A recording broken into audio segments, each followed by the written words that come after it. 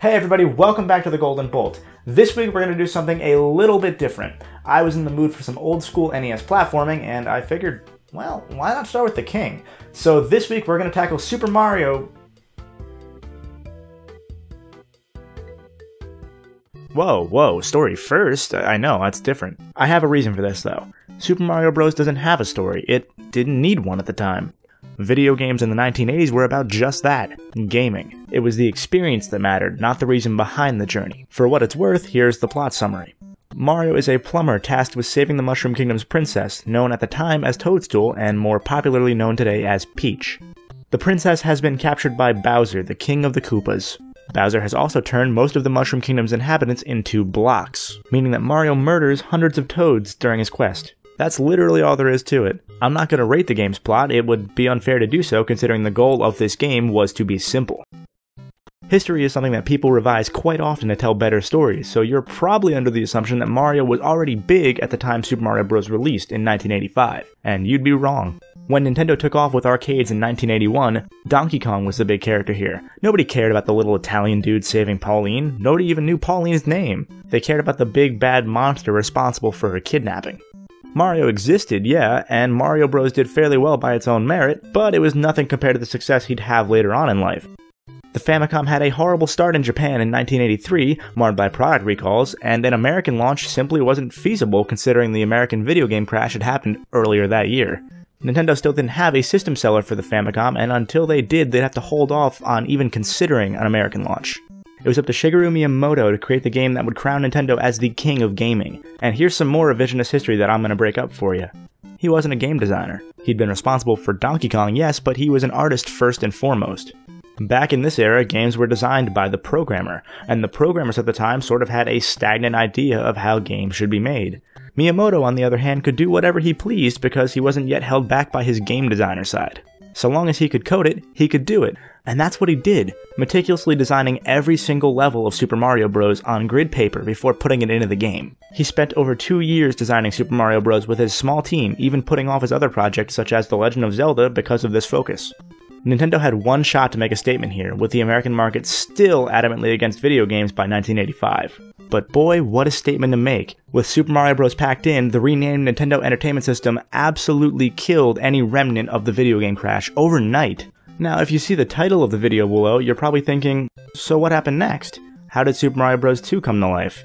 Well, I'm going to tell you half of the story now because there's actually 2 Super Mario Bros. 2s. This one, known as The Lost Levels in America, was originally a Japanese-only sequel to the first game. In a nutshell, it's the first game, but more, with harder levels for more experienced players who ended up finding Mario 1 too easy. That's all I'm going to say for now, though.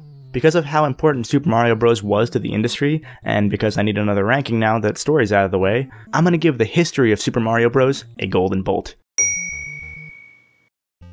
Okay, so since I'm doing 2 games for the price of 1 here, I'm going to start with the basics. Mario goes from level to level, avoiding enemies, collecting coins and power-ups, and generally running and jumping his way to these flagpoles at the end of each level. For every 100 coins Mario collects, he gets an extra life, and there are 3 power-ups in the game. The Super Mushroom, which makes Mario larger and able to destroy blocks. The Fire Flower, which, as everybody knows, allows Mario to shoot fireballs that kill almost everything instantly. And the Power Star, which gives Mario temporary invincibility. Some levels put Mario underground, a few put him underwater, and the 4th level of every world is a castle, where Mario must defeat Bowser. Or rather, different creatures that are pretending to be Bowser most of the time. To defeat Bowser, you can dodge past him and use this axe to break the bridge he's standing on, or if you're Fire Mario, you can just burn him to death. The enemy designs here are all varied and iconic, from the Goombas to the Koopas to the Cheep Cheeps to Bloopers to Lakitus to even Hammer Bros, which actually aren't that big a pain to fight even though everyone likes to complain about them so much. In both games here, Mario moves using the D-pad, jumps using A, and he can run by holding down the B button. If you've ever played a Mario game before, this is all common knowledge. However, for the original 2 Super Mario Bros. Games, when Mario runs, he becomes very hard to stop. He's got Luigi-style traction here, and for most of the game you'll be sprinting, but there will be times occasionally where you're going to stop and take your time because of this. Even though he slides like Luigi, Mario doesn't have the high jump that his brother does. For longer jumps, you normally have to hold the run button down and build up momentum to make it.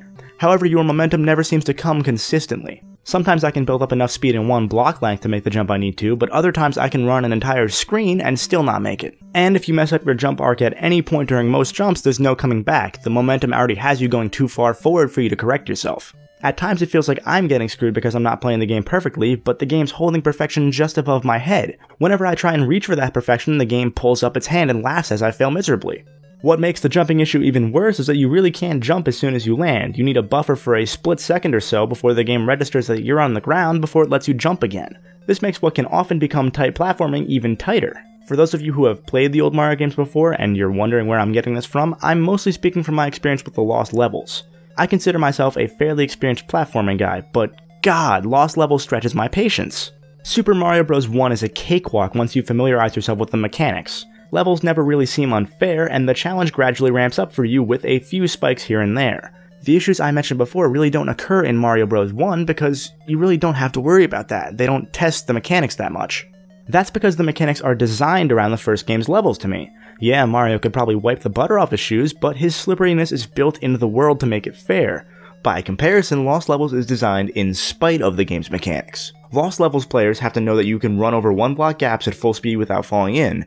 They have to plan out and master their paths on the fly in a sort of endless runner level where Cheep Cheeps are jumping in from under you. They have to know that hidden blocks are a thing, they have to master the jump arc, they have to make sure not to eat every mushroom because this game introduces poison mushrooms that hurt Mario, they have to figure out these obtuse paths through mazes in these castle levels with no indication if you're on the right path, they have to use springs that sometimes work correctly and launch Mario insanely high, but other times decide not to work even though the player is clearly holding down the jump button at the exact right time, and oh my god! Lost Levels is a trial of patience blended in with a need to quickly overcome obstacles, except the blender was broken so all we have is a lumpy, disgusting soup. I don't want lumpy soup, I want a good game! Yes, I know that if you jump upon landing you can stop your sliding and correct your momentum, but because the jumps are so precise at times, you don't even get to jump upon landing because you're already sliding. I'll be the first to admit that I use save states for Lost Levels. I pretty much exclusively use them between levels though, to save me the trouble of having to restart the entire game when, not if, I game over. Not the world, not the level, the game, from World 1-1. Continue here means start over, and retry means get your ass back to the title screen. You don't deserve to play this game, scrub. If a game is going to punish you with starting everything over when you fail, it shouldn't be a game where you're punished with death for jumping wrong once, or even for not knowing something is coming because, oh, I don't know, you haven't played the game yet. As a game, I hate Lost Levels. I don't hate many games, but I truly hate Lost Levels. It's not even bad for the first 4 or so worlds, but at a certain point it just becomes a game of trial and error. Don't get me wrong, I enjoy bits of it because occasionally it's actually got some well-designed, challenging levels, but those are almost always thrown in right in between more poorly designed fodder. And that just kills it for me. And I haven't even mentioned that Luigi's playable with different physics in Lost Levels. He's exactly what you'd expect. Mario with a higher jump, and he's somehow even slipperier. I didn't even bother trying because that's just masochistic. I wasn't actually that big a fan of Mario 1 before, but when I recorded this review, I actually played it after Lost Levels. And I was surprised to find that it was actually growing on me. After playing the absolute extreme of the mechanics, playing vanilla old Mario was suddenly more bearable. Where I died before because I wasn't fond of the mechanics, I now flew by with ease. Sections where I'd rush myself, I now took my time and walked right past. Because Lost Levels is such a pain to play, I can now say that I really do like Mario 1. It's still dated, yes, but I can go and recommend this game to people now instead of just saying, oh, go play the first few levels, get an idea what it plays like, and then skip ahead. The worst part about Lost Levels to me is World 9. If you beat all 8 worlds without using warp pipes, you get to World 9, which is sort of a bizarro world. Colors are randomly different, level designs are weird, there's a flagpole underwater now, it's all off. It's almost like someone made the levels in Mario Maker. But I actually would have preferred that to be more of Lost Levels. These levels are creative, they have heart put into them, they don't just feel like the Mario 1 team got drunk and decided to make a ROM hack one day. They could be more difficult, I mean they're easier than pretty much everything in Mario 1, but I like the concepts behind them more than anything else in the rest of Lost Levels. And no, I'm not going to talk about worlds A through D. You have to beat Lost Levels a total of 8 times to unlock these 4 bonus worlds, and that is simply more time than I'm willing to put into unlocking more suffering for myself, especially right after Shamu. For Super Mario Bros. 1, I'm giving the gameplay a Silver Bolt. For Lost Levels, I'm giving it a Bronze Bolt. The former has an upside even if it is, well, vanilla most of the time, and it's a solid experience, especially when compared to what's essentially a troll game in its sequel. Instead of improving the experience presented in the first game, Lost Levels relies too much on intentionally bad level design just to screw players over. That's not fun, that's not cute, it's just annoying. I completely get why Nintendo decided not to release Lost Levels in America. It wasn't an insult implying that US gamers weren't good enough, it was an attempt to save us the money that could go towards a better game. Now, as you'd expect from games released in the mid-1980s, both games here look and sound basic to say the least. You can tell what everything is supposed to be though, so basic is by no means a bad thing here. The sprite designs are all nice, the animation is smooth for 1985, I really have no problems on this front. Lost Levels is obviously exactly the same in this regard. There's really no difference between the two outside of the actual levels themselves. My one nitpick though is level theming. There are 4 level variations in Mario 1 as I mentioned earlier. Overworld levels, underground levels, underwater swimming levels, and castle levels. There's also a Black Night Sky variant of the overworld that's used a couple times, and a black and white level that's used once, but that's it. Lost Levels adds in some other background designs, such as slightly different plants instead of the bushes, more variation on the actual platform colors, and so on. While I have problems with Lost Levels from a gameplay perspective, the team made the game look a hell of a lot better just with simple touches like this. The one thing that Lost Levels didn't change was the soundtrack, and I'm totally fine with that. Like the level themes, there are only a handful of songs, but these songs are some of the most iconic in gaming history. But then they were composed by the legendary Koji Kondo, so what do you expect really? The overworld theme is so simple yet eloquent, that it can and has been remixed, repurposed, and featured in so many other songs both by Nintendo and fans alike. What more can I really say? You know these songs, and you probably love these songs. They'll always be a part of gaming, and that's all there really is to it. Because the overall presentation is basic, and effectively identical between the two games, I'm going to give a silver bolt to both, but there's a caveat that Lost Levels does get the edge here. I'm going to be doing something a little different here this time. Because I was only really able to give the game scores in 2 categories today, I'm going to explain exactly who I'd recommend these games to instead of give little bonuses for each game. With Mario 1, well, I'd recommend it to everybody. I know that's kind of a cop-out, but even if you hate platformers, you should at least give this game a chance once out of respect for the game that helped save the industry. Obviously, if you're more into adventure games than platformers, you may not like it as much, but this game has held up remarkably well after 30 years, even if it is dated a little bit. If you're a fan of platformers, this game is a must. If you haven't played it yet, what are you waiting for? As for Lost Levels, I don't really recommend it for most people. I don't get frustrated at games that easily, but this one induced a fire inside me that burned far too hot for my liking.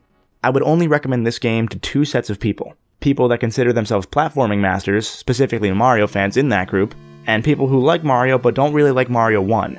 After playing even half of Lost Levels, players who don't like Mario 1 should be able to go back to the first game and appreciate it for being, at the very least, well designed by comparison. Both games are definitely replayable if you really want to replay them, as there's some hidden secrets like warp pipes or alternate strategies for getting through some levels.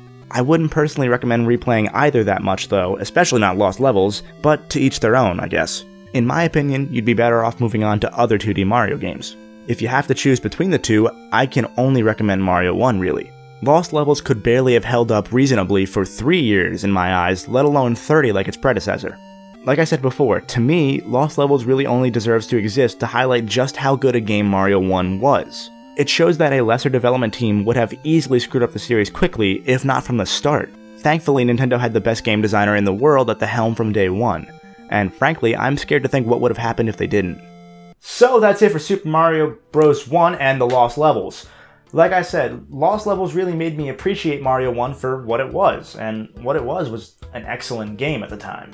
It's not my cup of tea anymore, personally, but I can appreciate it a little more now that I've played what could have been. So with that said, let's move right on. Next week we're going to tackle the other Mario Bros. 2. So join me when we tackle Super Mario Bros. 2 USA. Thanks for watching.